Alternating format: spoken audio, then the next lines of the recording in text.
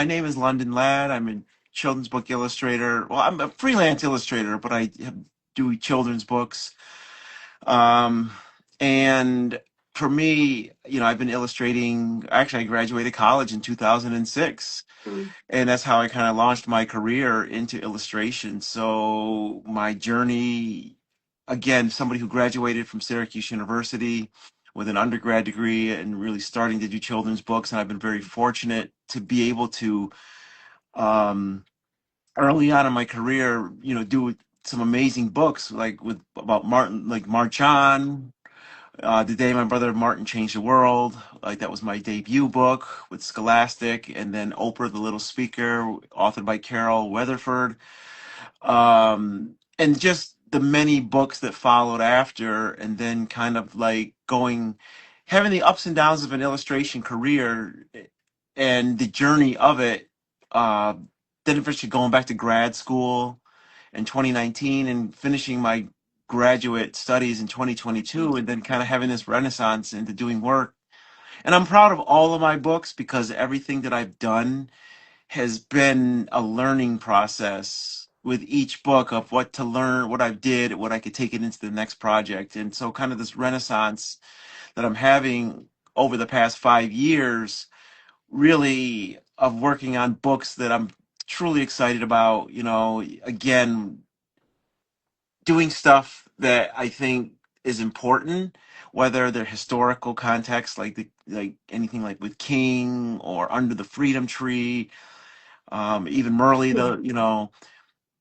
doing the Myrlie book, which is a voice of hope, and then doing a lot of these poetic books about, with Black Gold or, you know, You So Black and My Hair is a Book, so doing a lot of these great projects. Yeah, that, Mm. just, I'm very fortunate in this journey, and it hasn't come easy, and these gray hairs have been earned along the way.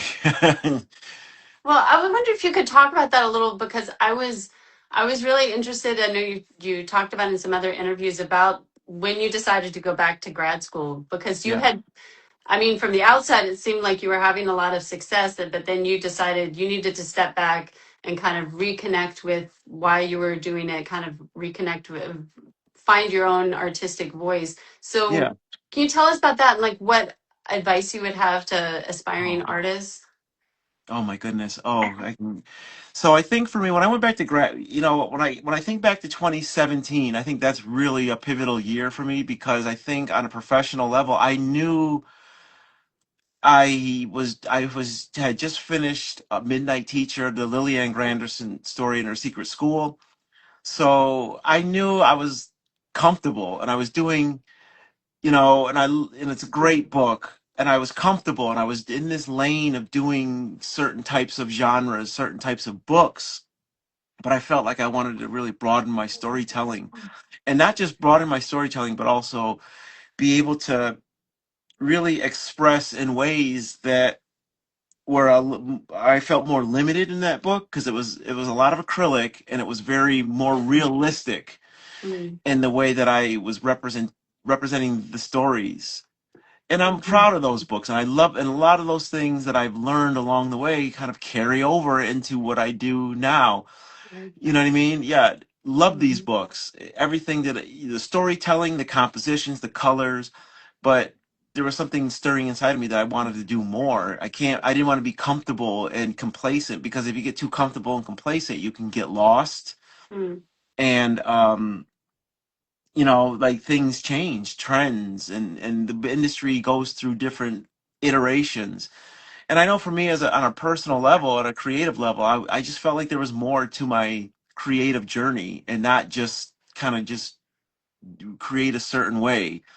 Like you know Norman Rockwell's work that's very consistent throughout his life. He has a very like certain way of storytelling in his work for decades, and that's what I learned in college. But I think there's always the evolution of an artist, and I think of music. I think of artists like Prince. I love Mm. Prince, and people like Stevie Wonder, people like that really artists that really shake it up, Right. and I admire that a lot. And because we can all think of like Purple Rain and like, yes, he should do more of that, but then he just flips it into something Right. different.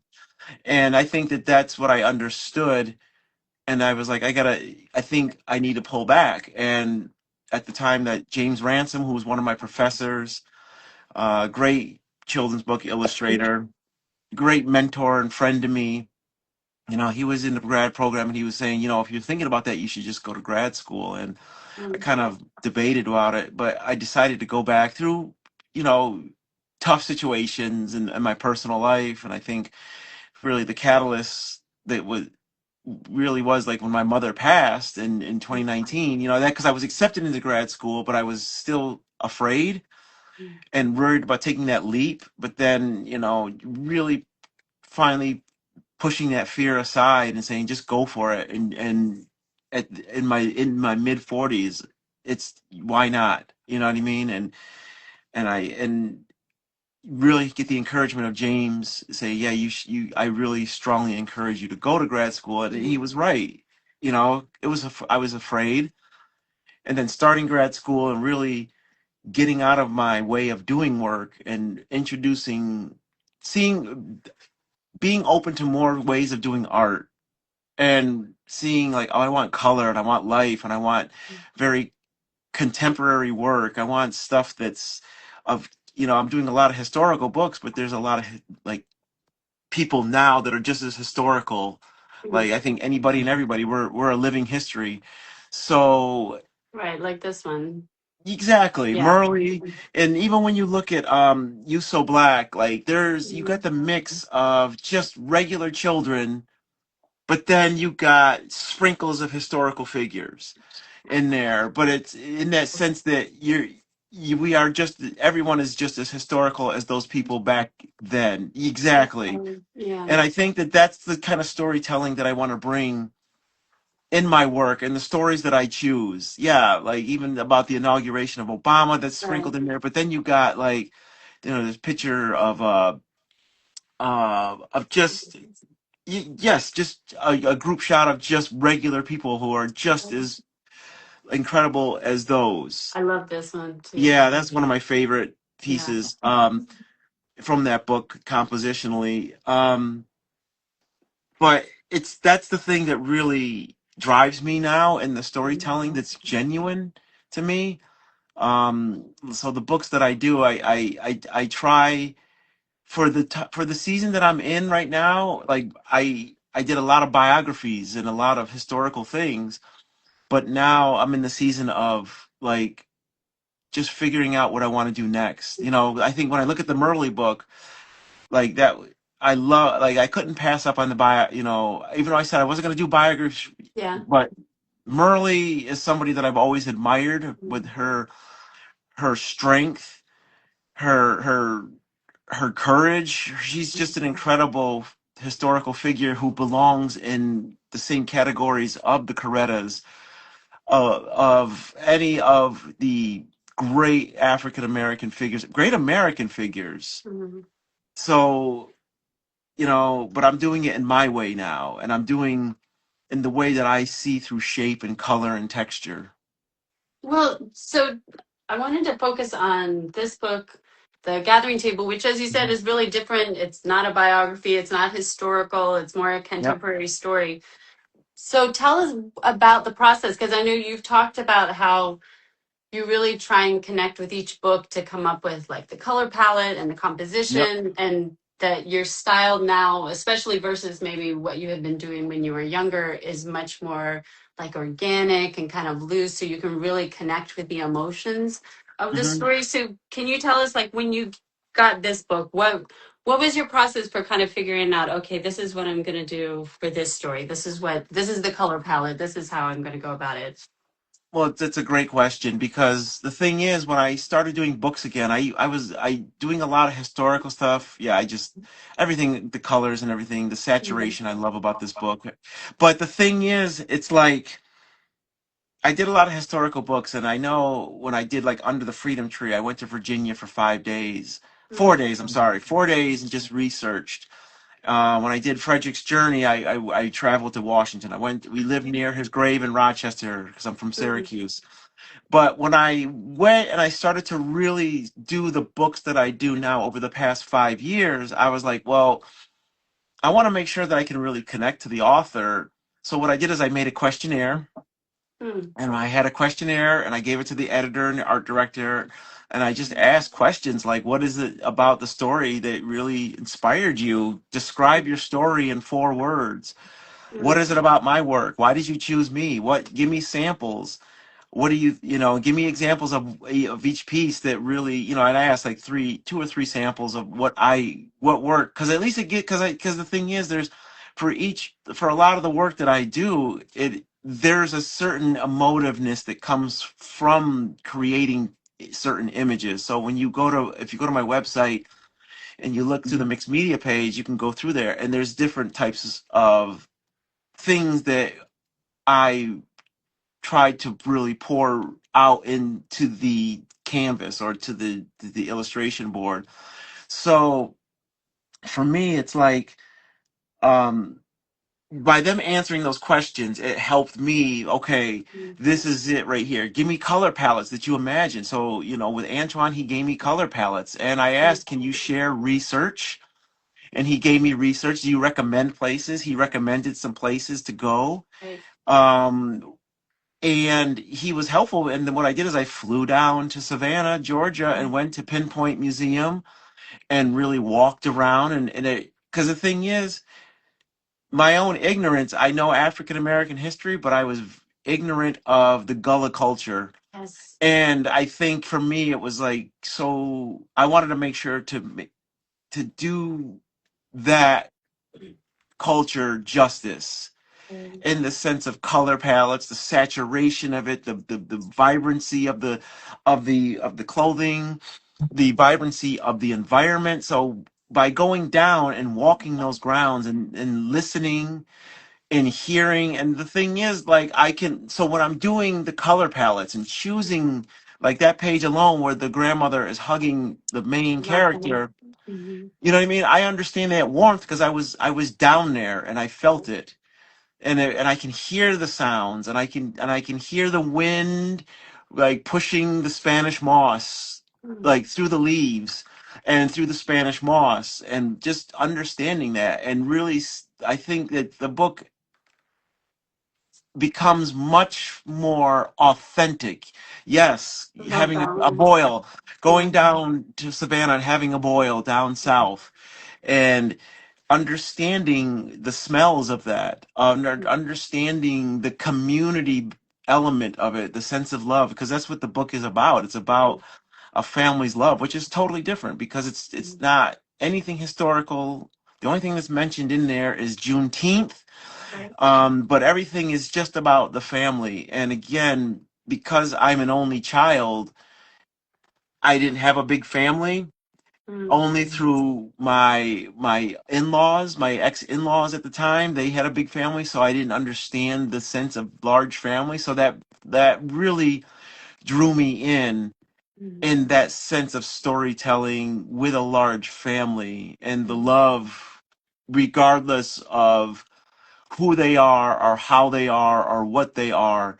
That's the thing that I love the most. And then and Antoine, one thing that I have done is that I've asked if they would like record an audio version of themselves reading their book because I like to hear their voice. Interesting. So by hearing their voice, it gives me a sense of like because the way Antoine read it, you can read like certain passages, the love, like because you can hear the Mm. rhythm of his voice. You can hear certain elements that are a little bit more up tempo. Mm. You can hear at least because I will do is I'll put on like soundproof headphones and I'll just listen Mm. and just get an understanding through him, because we're not, as illustrators, we don't talk to the author until Right. the project's done. But this is the best way to understand them, because this is a melding of two creative forces to make something beautiful. And to me, I want to make sure that they know that what I hear from what I hear from them beyond the words on the page. When I Mm, print it out and I look at their words, I want to know. It gets me a much more in-depth connection to the author, to the story, and what I can create will translate for the reader. right. That's amazing. And I love the idea that you wanted to have him, that you wanted to hear his voice reading it and to have that kind of input for him. I just want to mention for those that didn't hear that the gathering table was very recently, like I mentioned, this is kind of award season for books. It's a top 10 title for young readers on the American Library Association's Rainbow Book Project list. So congratulations for that. And I'm sure that's for this beautiful wedding that's in here. See if I can pull up the picture real quick of the little boy's uncles. Um, and I think that's something that you do so well in this. Like you say, you just feel the love of this family. And there's so many sweet moments and also funny moments. I think when I picked it up from the cover, this is going to be a really beautiful kind of emotional book, but I wasn't expecting there to be so many funny moments, like where he's like, Yeah, oh, like getting grossed out yeah, from his grandparents kissing, or there's one about yeah, his sister's dirty diaper. I mean, it's just so yeah, cute. I love that, how yeah. you kind of incorporate that. Yeah, that was that's the one thing I do appreciate is the sense of trying to get the emotional ranges, especially of the main Mm, character, because I can mm, see, like, I kind of base the character off of some of the photos that Antwan shared, but then mm, as myself, um, and like I said, not talking to Antwan, but then seeing him when he promotes his other books when I was creating this, and really like he's somebody he has such pure energy in the mm. sense that it was like he's like somebody you could like if we lived near each other we would be great friends. Yeah. And luckily when we met at ALA for the first time and we've done Mm, some book signings, he's just somebody that he's newer in the business, and me as the older one, I've really felt like a big brother to him, and I wanted to mm, make sure he was okay, and I wanted to make sure that I had his back, and that it's like the bond through this book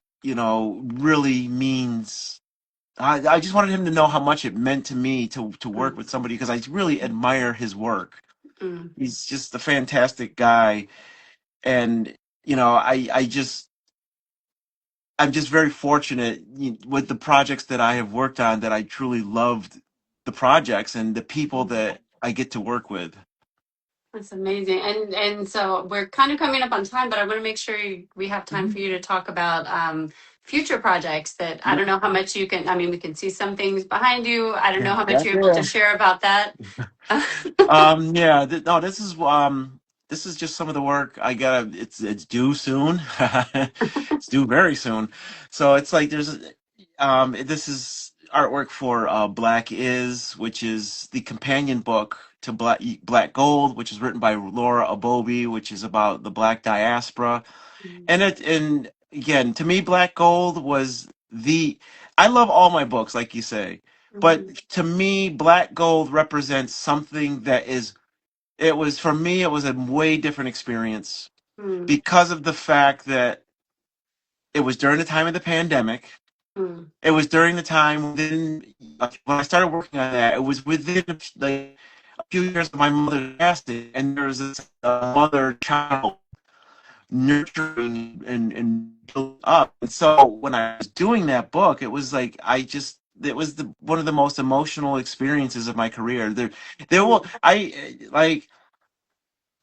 I am, no matter what I do, what I have done since that book, or what I do going forward, that will never be replicated. mhm, And every nuance of that book, it's very emotional, like, book for me, because of the fact that it really gave me safety.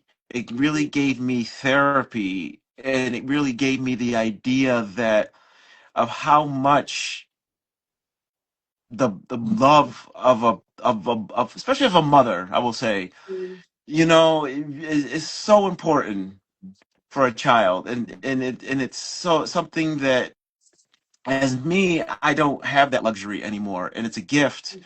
and it's something to be cherished. So when I think of Black Gold, it's fantastic. Everything about that book is just, Mm, I love it truly. So to do this one with Laura, Laura has a way of writing that really pierces into me in a mm, way that I go, like, I work hard on my books. I get up at 4 or 5 in the morning, start working on this, even before some days where I got to go teach and then come back and mm, work on it.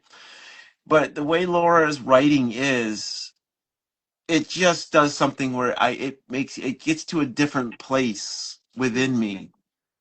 And so, like, even like the work that I'm putting on this could have been done like weeks ago, but I asked for more time, and the publisher was so gracious to give me more time. And I'm just putting in these little nuances, like even if there's African dancers, and I'm listening, like the way I am. And I did this with the spirituals book. I made a playlist of music, and I would just play mm, it. So with the when I was doing this one on African dancers, because it talks about the colors and the swirling and stuff. So what I did is I went on YouTube and downloaded a bunch of African performers, mm, African drummers, not African American, but in Africa, and just downloaded it and made a playlist, a MP3 playlist, and I would just listen to it for. I had it on repeat, so it would like, I think it was like 90 minutes of like playlists of drummers and dancers, and I would just listen to it for like, I've listened to it probably for like 12 hours. wow. And so whenever I'm doing this particular page, the colors that you can get, and I'll even, here, I'll tease it a little. It's over there. It's the one over there, like Mhm, on the bottom. But but the thing is, it's like, that's what it matters. Like if I'm doing a page and it requires a certain type of music, whether it's slow jazz or R&B or a little, more modern music, or sometimes it's a mix of music, mm, that really gets me in the place to dig deep and figure out what pieces of paper to cut, mm, how to glue it down, where to place it, where some places can be more abstract, where it could be a little bit more tightly rendered. So that's so working on this book has been fantastic. And then I'm working on Wheels on the Bus. mm, Through it's set in Lagos, Nigeria, which I'm excited about. And then I'm working on You Are Loved mm. with Rise Books. Rise, I think it's an imprint of Penguin. And again, those books touch on everything. Like, I'm so blessed to be working on those books because they mean so much to me Mm. in different ways. So now when I get out of this one, when this one's done, I start continuing to work on Wheels on the Bus. I get to get into that place, and then when I get to You Are Loved, like, I'm really excited for these books. Mm. So do you focus on one project at a time? Do you kind of bounce between different ones or I try to bounce, but once you get into the thick of final art, it needs its focus right? and it needs its attention. Because sometimes I do editorial work or book Mm, cover work, like we talk about, like the cover of Renee's book. right. You want to fit other projects in there. Um, and again, to kind of diverge, like that book again, like Black Gold, like that book Mhm, is probably one of the best projects I've ever worked on because I've been such a long fan of Renee's, and she's mm, a dream person to team up with. So I feel like I've knocked that off of a bucket list to work with the right. Renee Watson and to Amazing. do the book which talks about grief and that sense of guilt. That hit me so hard. Mm, Oh, that hit me so hard. So doing that, like, the place that there's about 3 projects in my life that really, Black Gold, Spirituals was in that way too, but Black Gold, I did this editorial about, it's called Parish. It's about a book review for the book Parish, which talks about a fast passing of a family member, and mm, then All the Blues in the Sky, because of the grief that I had went through about my mother's sudden passing. mm, So it's like those projects, they just are on a different level. mm. Yeah, so And beautiful. I love that. And I'm so happy for Renee because she deserves everything. She's a legend.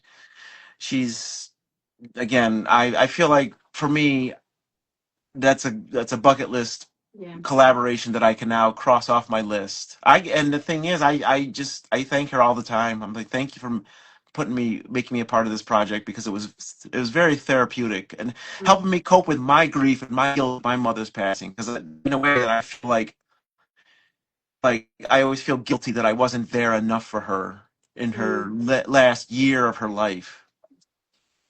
Right. So That's amazing to hear about like what kind of, because I think we were talking ahead of time that the illustration, the art, that kind of art side is one that I know less about. We, for whatever reason, tend to interview probably more authors, and I know more about the writing process than the illustrations. It's just fascinating to hear about how emotional it is for you as well. And I just have to let you talk a little bit about. I know I'm going a little longer than I said we would, but I would love it's for you okay. just to share with people the fact that you're also getting into dabbling with writing and then going in that direction. So we have that to Yeah. look forward to. Yeah, I got some stories brewing here. A lot of them, like again, I talking to my agent and really figuring out and talking to like I have multiple at the agency I work with, so I work with multiple agents and they're so Mm, great.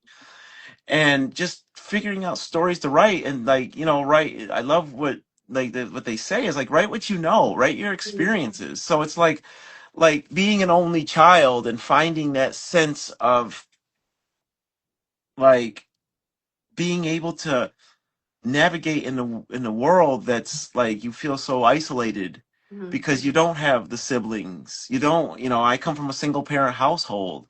So mm, it's like, and not ever knowing my dad, so it's my mother.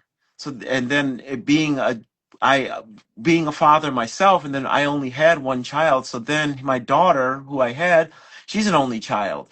So it's mm, like those kind of stories of like that idea, like I don't want to romanticize like siblings because I know siblings can be siblings. But the thing is, like, it's tough because in that sense that finding that outlet of others, finding that sense of community and in and around that kind of fills the void of sometimes being alone. mm, And I think stories like that, that's why you see a lot of the artwork. If I post stuff, if I'm doing like studies in my sketchbook or for myself, it's a lot of like individuals, mm, especially more, being a dad. And the greatest joy in my life was being a dad and having my daughter because I felt like, this is somebody that I could just love on and raise and really be who she is today. And so a lot of the stuff that I do and write about is that stuff mm, that what I know. So like a lot like the stories that I realized I had like about 5 stories, like just little like blurbs, and they all were very only child-esque mm, or more of that sense of there's loneliness, but yet there's a sense of love and hope no matter what. mm, And there is community around you. There are people who look out for you and advocate for you because we cannot do this alone. So the stories that I'm really thinking and pondering about are things that are near and dear because of the fact that I'm not here without my mother making the sacrifices. I'm not here without those teachers or a few of those childhood friends. I'm not here without the James Ransoms and who really took a chance on me or other people along the way that really believed in me and wished me well and offered me hope. And because as somebody who's again as an only child, you long for acceptance mm, and inclusion with others. At least that's what I can speak on myself. mm, Um, so the type of writing, the type of stories that I want to tell are those.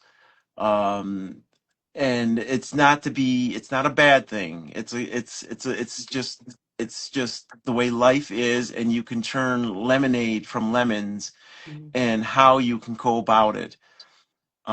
So I'm excited about the writing element. I can't wait to finish these projects and really set time aside and just create, um, teach, which I love because I get to mentor others, who students that I really care for. So I know there's going to be a season, these seasons come and go, but I'm truly excited about. what lies ahead. Mm.